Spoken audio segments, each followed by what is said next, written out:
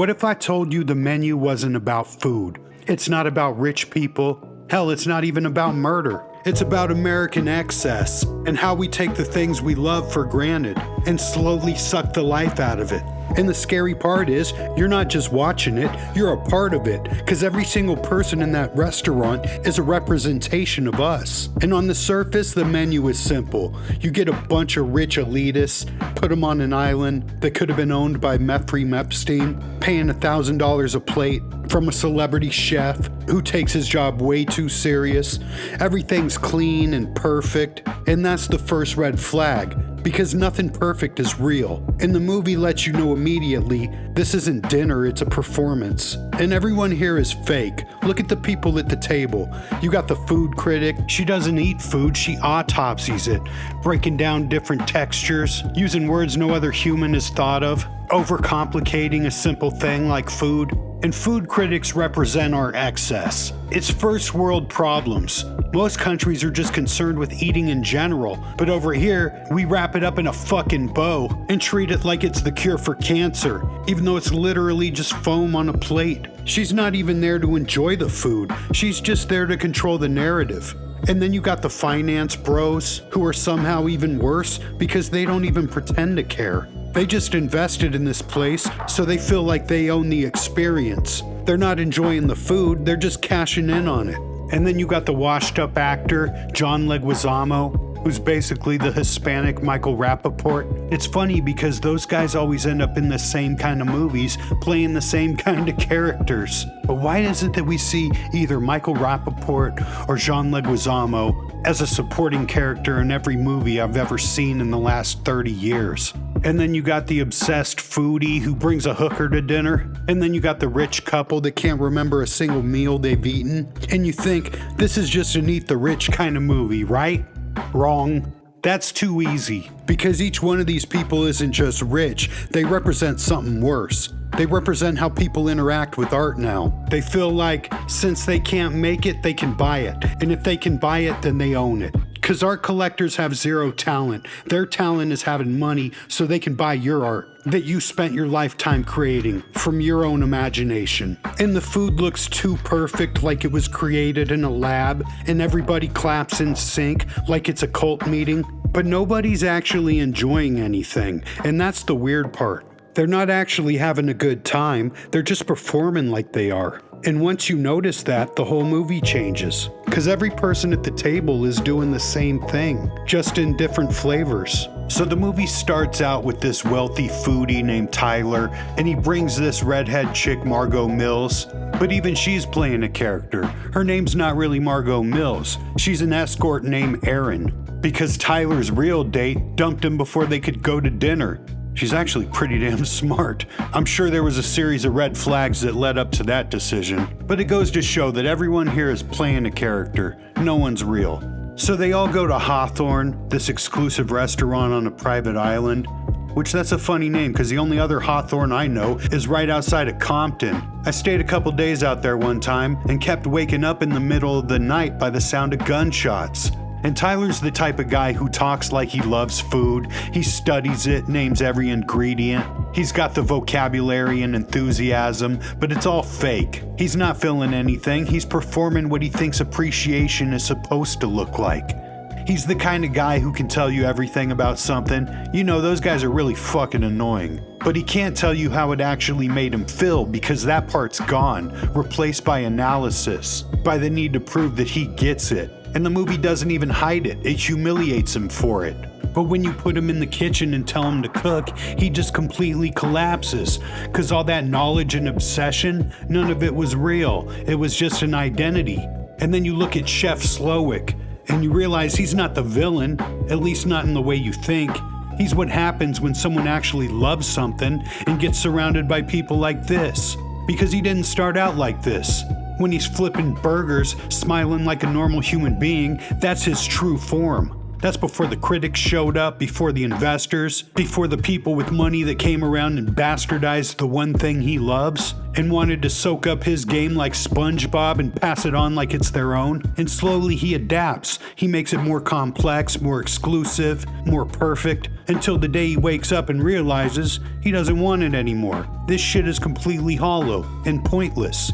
And that's where the movie gets dark, because now you're watching a guy who built his entire life around something he used to love, and now he hates it, but he can't stop, because this is who he is now. It's his identity. This is what people expect from him. So instead of walking away, he burns the whole thing down literally and metaphorically, and his breakdown is quiet and internal. It's when you realize nothing feels the way it used to. It's never as good as the first time. No matter how hard you try, you'll never catch the same high as you did the first time. And you don't even know when that happened, it just did. And then there's a very specific point in this movie where everything shifts. Up until then, it's weird, but it's controlled weird. You're watching it like, okay, this is satire, it's a little off, the chef is intense, the staff's acting like a cult, but it still feels like a performance. Like this is all part of the experience. And then when things start to get darker, like the tortillas exposing everyone's secrets, you still kind of think, well, this is some high concept dinner theater. These people paid for something insane and they're getting it. There's still that layer of safety, the feeling that at the end of the night, they're all going to go home and forget about it. And then Jeremy shoots himself right in front of everyone. And that's the first crack, because now the room doesn't feel as controlled anymore. It feels wrong, like something just crossed a line that can't be uncrossed. But even then, they don't fully get it. They're still trying to rationalize it. You've got people in that room who are so used to living inside curated experiences that their brains won't let them accept what just happened. They're like, this is part of the act. Someone blew their brains out in front of us. This must be part of the show. That's how detached they are. That's how deep into the performance they've gone. And the chef sees it. He sees even now, even after something that extreme, they're still not reacting like real people. They're still trying to interpret it and analyze it, place it into a framework that makes sense to them. So he escalates, and he stops speaking like a chef and starts speaking like a judge, and looks at them and basically tells them, you're all gonna die tonight, like he's announcing the next course. And then you can feel the room freeze because there's no ambiguity, there's no interpretation. There's no maybe this is part of the experience, this is real. And even the reactions that you get aren't genuine. You get hesitation, denial, confusion. The finance bros immediately go into negotiation mode, which is hilarious because even in that moment, they still think their status means something. They still think money can get them out of it. The critic starts trying to intellectualize it, trying to understand it instead of reacting to it. The actor looks like he's waiting for someone else to take control of this situation, for the director to yell cut. And the old couple just kind of sit there like they've accepted it already. And that's the moment you realize something, that these people don't know how to react to reality anymore. They spent so much time living in curated environments where everything around them is controlled, filtered, and designed for them. And then when something real finally happens, they freeze. They don't have instincts anymore. And the chef calls it out directly. He even tells them at one point, if they really tried, they probably could escape. Think about how insane that is. The doors aren't even locked in some impenetrable way. The staff isn't armed like a military unit. There's more of them than there are staff members. They could overwhelm them, they could run, they could fight, but they don't, because they're still playing the game. They're still looking for the correct response, trying to figure out the rules. And that's when this movie stops being about what the chef is doing to them and starts being about what they're not doing for themselves and what they've done to themselves. Even in the moment where the men are given a chance to run, it should be chaos. It should be survival instincts kicking in. Instead, it's pathetic. They don't work together or think strategically. They don't even fully commit.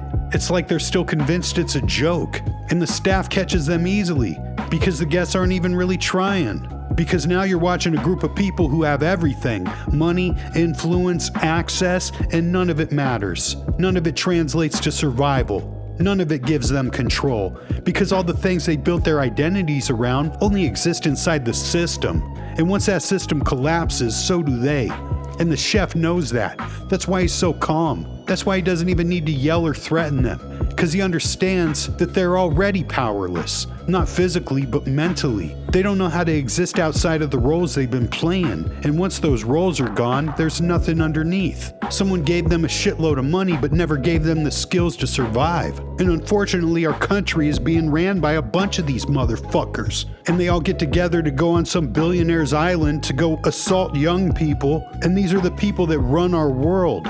And the chef knows all these people are fucked, all except one. And then this Margot chick struts in, and she doesn't fit in at all. And that's what makes her dangerous, because she isn't normal. She's a hooker, and that changes everything. She already lives in a world where everything is transactional, where people don't see her, they use her. Her value's negotiated, priced, and consumed. So when she walks in this restaurant, this fake world of prestige, she immediately sees it for what it is. Because it's not different from her world. It's just dressed up nicer and not like a hua. And most importantly, she's not afraid of these people. Everyone else in the room is terrified. They're terrified of losing their money, their status, their identity, their sense of control.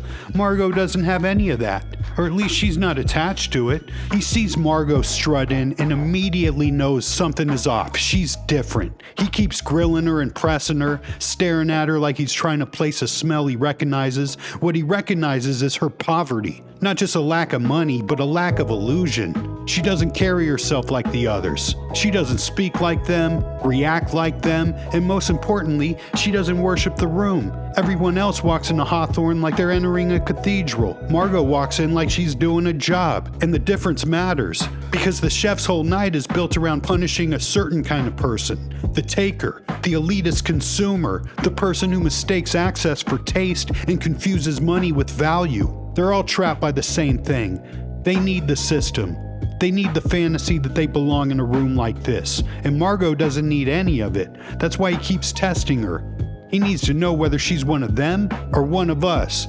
One of us, one of us. Because his whole plan depends on categories. Everybody has a place on his menu. And when Margot shows up, it glitches the matrix. Even from the beginning, Elsa is looking at her sideways. The chef knows she's not supposed to be Tyler's original guest. He asks her questions in that calm, clinical way he has, but underneath it, there's a suspicion. He's sniffing her out. He smells the poverty on her because he came from that same place himself. He knows what it looks like when someone has to work for things. He knows what it's like to be used for his service.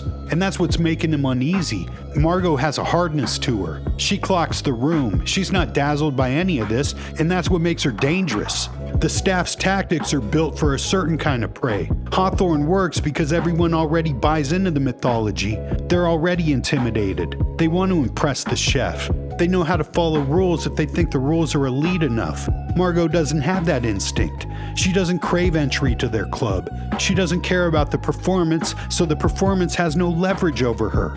And that's why the chef keeps pressing her. Are you one of them? He's trying to force her into a lane. He wants to know if she belongs with the guests or the staff. Because if she's staff, then she understands service. If she's a guest, then she's part of the disease. Margot is both and neither. She's in the service industry, but in the ugly, stripped-down version of it. The staff serves food, she serves her body. She already knows the emptiness behind luxury. So when Slowik and the staff start tightening the screws, their tricks don't land on her the same. The tortillas exposing everyone's sins rattle the others because they care about image. The men being sent to run and then corralled back like livestock breaks whatever dignity they had. Margot's the only one who keeps recalculating instead of unraveling. She doesn't waste time bargaining with the system because she knows the system was never built to save her. Everyone else thinks there has to be a loophole, some appeal process. Once she realizes the room means to kill her, she accepts the truth faster than anyone else, because she lives in reality. And that's what really thwarts the staff. People think she beats them by being clever, but it goes deeper than that. She beats them because the entire operation depends on psychological domination, the synchronized clapping, the ritualized service. Elsa looming around like a fascist maitre d', the chef talking like a priest. The course is designed as humiliation, the fake Coast Guard rescue. All of it's theater designed to keep people mentally underneath them. Hawthorne doesn't just want to kill these people, it wants them to submit. But Margot refuses to submit. She's already been through the kind of life where you want to detach yourself just to survive. So when death shows up, she doesn't panic or beg for her life. She doesn't try to play the game. She looks death in the face and tells it to go fuck itself. She's already a hooker. She doesn't give a fuck about her life. You'd be doing her a favor. And that lack of fear immediately intimidates the staff. They don't know what to do. Even when Slowik gives her that choice of dying with the guests or the staff, he's still trying to define her, trying to pin her down in one of his categories. But she doesn't belong to him or the guests. And once she gets sent to his house, the whole balance shifts. She sees the photo of him flipping burgers and smiling like a human being. And she understands exactly where the wound is. She understands this whole cult's been built around a man who lost the simple joy of doing what he loves. And that's a psychological weak point. And then you get the Elsa scene, which matters a lot, because by the time Margot kills Elsa, she already crossed a line internally. Up to then, she's still navigating, still figuring out how to survive inside their rules. But once Elsa attacks her, that whole game dies. Margot stops treating the staff like this mythical force and starts treating them like who they are. People in aprons. They might be dangerous, but they're still flesh and blood, and she can make them bleed. And Margot stabbing Elsa is the moment she stops being afraid of the institution.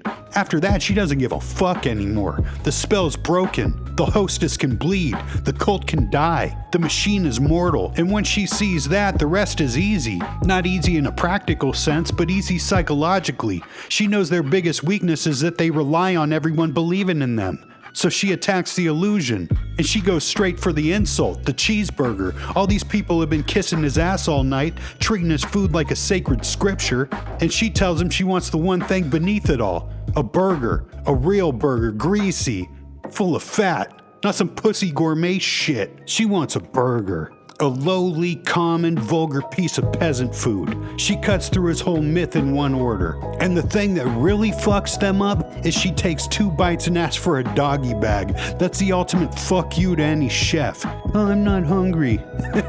They didn't know what to do, and their little dicks shrivel up, and they do jack shit about it. Because they can't dominate someone who sees the room for what it is. Margot's the only person there equipped for death because she already understands what it means to be disposable in the eyes of people with money. So when death stares her in the face, she stares back even harder. Everyone else folds because their identities were built to survive inside the system. Margot survives because she was never fooled by it in the first place. And then this movie gets real derivative of Midsummer when they set themselves on fire and die together. So Margot leaves, and the second she steps off that island, the tone changes completely, because now you're stuck with the people who stayed. And they didn't even get dragged to their death. They decided to stay. You get this room full of people who thought they were untouchable, and all that shit's gone, and now they're just sitting there dressed up like desserts. Like fucking s'mores. And the way they die is ritualistic, on some Harga cult from Midsummer type shit. The whole ending feels like a ceremony. Everyone's in position, the staff's calm, the chef's calm. There's no chaos, just acceptance. Because at this point, these people have been psychologically broken down so much that they don't resist anymore. They just accept it, and they're participating in their own death. And what's ironic is they're being turned into something consumable, s'mores. Because that's what they've been doing this entire movie, consuming experiences, status, art, food, until now they're the ones being consumed. And the chef dies with them, like a captain going down with his ship. He knows he helped create this problem, so he goes down with it. And then you cut to Margot on the boat, eating the cheeseburger, and honestly, after going through all that, you're fucking hungry now? I don't know, man, my appetite would be a little fucked up from that day.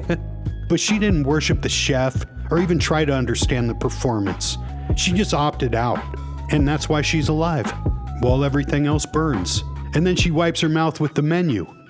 And I imagine the scene we don't see, after eating that greasy burger, she probably wipes her ass with it.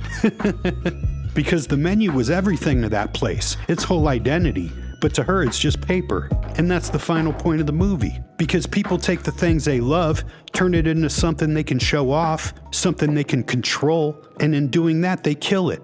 the joy, the simplicity, the reason it mattered in the first place. And the chef realized it too late, so he burned it all down. But honestly, it works. This movie doesn't let anybody off the hook. Not the rich people or the artists or even the audience. Especially not the audience. Because you start to realize you've done this at some point in your life. Maybe not at that level, but enough to recognize it. But I love this movie. I really didn't have too many expectations going into it, and this movie pleasantly surprised me. Not only that, Anya Taylor-Joy is an absolute smoke show with those doe eyes, so I'll watch anything with her in it. But tell me some of your favorite scenes, your favorite quotes. Tell me what this movie means to you. And to the rest of you, I hope you have a good night. Be safe. Let me get a cheeseburger. And God bless.